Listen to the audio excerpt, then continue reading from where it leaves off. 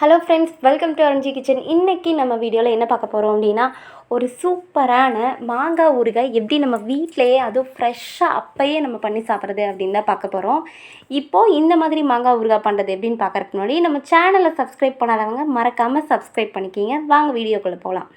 இப்போது இந்த மாங்காய் ஊறுகாய் பண்ணுறதுக்கு நான் சுடுதண்ணி எடுத்து வச்சுக்கிறேன். ஒரு டம்ளர் தண்ணி ஊற்றி நல்லா கொதிக்க விடணும். தண்ணியை சுடுதண்ணி வச்சு தான் நம்ம மாங்காய் ஊறுகாயே பண்ண போகிறோம். இப்போது சுடுதண்ணி எடுத்து வச்சாச்சு, தனியாக இறக்கி வச்சுருங்க. அதுக்கப்புறம் ஒரு பேனில் நல்லெண்ணெய் ஒரு 2 ஸ்பூன் அளவுக்கு நல்லெண்ணெய் ஊற்றிக்கலாம். நல்லெண்ணெய் நல்லா காஞ்சதும் கொஞ்சமாக கடுகு போட்டு தாளிச்சிக்கலாம். 1 ஸ்பூன் கடுகு போட்டு நான் தாளிச்சிருக்கேன். இப்போது கடுகு நல்லா வெடித்து வந்ததுமே ஒரு 1/4 ஸ்பூன் வெந்தய பவுடர் போட்டுக்குங்க. நல்லா மணமாக டேஸ்ட்டாக இருக்கும். அதுக்கப்புறம் அப்படியே அதுவும் பொரிஞ்சதுமே நல்லா ஒரு பெரிய மாங்காய் எடுத்து நல்லா சின்னதாக நான் கட் பண்ணி எடுத்து வச்சுருக்கேன். நீங்கள் எந்த மாங்காய் வேணாலும் எடுத்துக்கலாம். உங்களுக்கு பிடிச்ச மாங்காய் எடுத்து அந்த மாதிரி சின்னதாக கட் பண்ணி எடுத்துக்கோங்க. இப்போ நம்ம மாங்காய் எல்லாத்தையும் இதில் சேர்த்தாச்சு. இப்போது இந்த மாங்காயை நல்லா கலந்து விட்டுறலாம். இந்த கடுகு, எண்ணெய், அப்புறம் வெந்தயம் இதெல்லாம் நல்லா பொரிஞ்சு வந்திருக்கு இல்லையா, அதனால் நல்லா அதில் கலந்து விடும்போது நல்ல ஒரு வாசனையோடு வரும் நமக்கு வெந்தய பவுடர். ஸோ இப்போ இதை நம்ம நல்லா கலந்து விட்டுறலாம். இதை நல்லா கலந்து விட்டுட்டு அதுக்கப்புறம் இதுக்கு தேவையானதெல்லாம் ஆட் பண்ணணும். என்ன அப்படின்னா, இந்த மாங்காய் ஊறுகாய்க்கு ஒரு கொஞ்சமாக மஞ்சள் தூள் சேர்த்துக்குங்க. அப்போ தான் கலர்ஃபுல்லாக இருக்கும் பார்க்கவே. ஒரு 1/2 ஸ்பூன் அளவுக்கு மஞ்சள் தூள் சேர்த்துக்கலாம். மஞ்சள் தூள் சேர்த்தாச்சு. இப்போ அதுக்கப்புறம் இதை நல்லா கலந்து விட்டுருங்க. இந்த மஞ்சள் தூள் எல்லா மாங்காயிலையும் பிடிக்கிற அளவுக்கு நம்ம நல்லா கலந்து விட்டுறணும். இல்லை அப்படின்னா ஒன்றில் பிடிச்சி ஒன்றில் பிடிக்காமல் இருக்கும். அதனால் நல்லா எல்லா மாங்காயிலையும் பிடிச்சி வர மாதிரி நல்லா கலந்து விட்டுறலாம். கலந்து விட்டதுக்கப்புறமா காரம் தாங்க முக்கியமே ஊறுகாய்க்கு. எப்போவும் சமைக்கிறத விட ஊறுகாய்க்கு காரம் அதிகமாக போடணும்.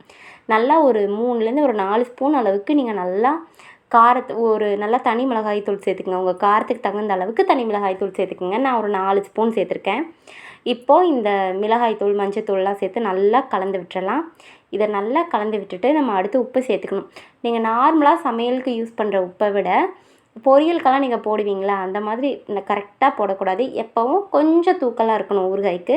ஸோ கொஞ்சம் தூக்கலாக ஊறுகாய் போட்டுடலாம். நல்லா ஒரு இந்த மாதிரி ஒரு கை உப்பள்ளி ஊறுகாய்க்கு நம்ம போட்டுடலாம். எப்போவுமே ஊறுகாய்க்கு உப்பு கொஞ்சம் அதிகமாக இருக்கணும். அப்போ தான் டேஸ்ட் நல்லாயிருக்கும்.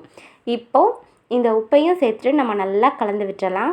இதை நல்லா கலந்து விட்டுட்டு இப்போது நம்ம சுடுதண்ணி காய வச்சு எடுத்து வச்சுருக்கோம் இல்லையா, அதை இதில் நம்ம சேர்க்க போகிறோம். பச்சை தண்ணி ஊற்றுறீங்க அப்படின்னா இது கெட்டு போயிடும். அதனால தான் நான் சுடுதண்ணி எடுத்து வச்சுருக்கேன். ஸோ இப்போ நம்ம சுடுதண்ணியை ஊற்றி நம்ம இது பண்ணிக்கலாம். இப்போ லைட்டாக நான் பெருங்காயத்தூள் போட்டிருக்கேன். கொஞ்சம் வாசனையாக நல்லா டேஸ்ட்டாகவும் இருக்கும்.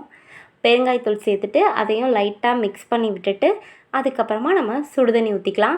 இதில் முக்கியமான விஷயம் என்ன அப்படின்னா, இந்த ஊறுகாயை நம்ம ரொம்ப நாளைக்கு நம்ம ஸ்டோர் பண்ணி வச்சுக்குவோம். ஸோ கெட்டு போகாமல் இருக்கணும் இல்லையா, அதனால தான் நம்ம சுடுதண்ணி ஊற்றுறோம். அதே பச்சை தண்ணி ஊற்றுனோம் அப்படின்னா சீக்கிரமாக கெட்டுரும். அதனால் நல்லா சுடுதண்ணி ஊற்றி நம்ம வேக வைக்கணும். இப்போது நம்ம உப்பு, மஞ்சள் தூள், மிளகாய் தூள், பெருங்காயத்தூள் எல்லாமே போட்டோம். இப்போ சுடுதண்ணி மட்டும்தான் பேலன்ஸ். இப்போ நம்ம சுடுதண்ணியும் போட்டுடலாம். அந்த 1 டம்ளர் நம்ம ஊற்றி நல்லா கொதிக்க வச்சுருந்தோம் இல்லையா, அதை அப்படியே இதில் நான் ஊற்றிட்டு இதை நல்லா கலந்து விட்டுருங்க. இதை நல்லா கலந்து விட்டுட்டு இந்த தண்ணியெல்லாம் வற்றுற வரைக்கும் நம்ம நல்லா வேக விட்டுறலாம். ஒரு 5 நிமிஷம் மீடியம் ஃப்ளேமில் வச்சு நீங்கள் வேக வச்சிங்க அப்படின்னா போதும். இந்த மாங்காயில் நல்லா வெந்து ஊறுகாயில் நல்லா உப்பு, அந்த காரம் எல்லாம் பிடிச்சி ஒரு சூப்பரான பக்குவத்துக்கு வந்துடும். இப்போது பாருங்கள், ஒரு 5 நிமிஷம் ஆயிடுச்சு. இப்போ சூப்பராக இந்த தண்ணியெல்லாம் வற்றி நமக்கு ஊறுகாய் கிடச்சிருச்சு. இப்போது இதை நீங்கள் நல்லா ஒரு பாக்ஸில் தண்ணி எதுவும் இல்லாமல் நல்லா துடைச்சிட்டு இதை நீங்கள் நல்லா ஸ்டோர் பண்ணி வச்சுக்கோங்க. ஊறுகாய் கெடாமல் சூப்பராக இருக்கும். நீங்களும் இதே மாதிரி ஃப்ரெஷ்ஷான மாங்காய் எடுத்து ட்ரை பண்ணி பாருங்கள். டேஸ்ட் உண்மையாகவே வேறு லெவலில் இருக்கும். என்ன தான் நம்ம கடையில் வாங்கி சாப்பிட்டாலும் நம்மளே செஞ்சு சாப்பிட்ற மாதிரி வராது.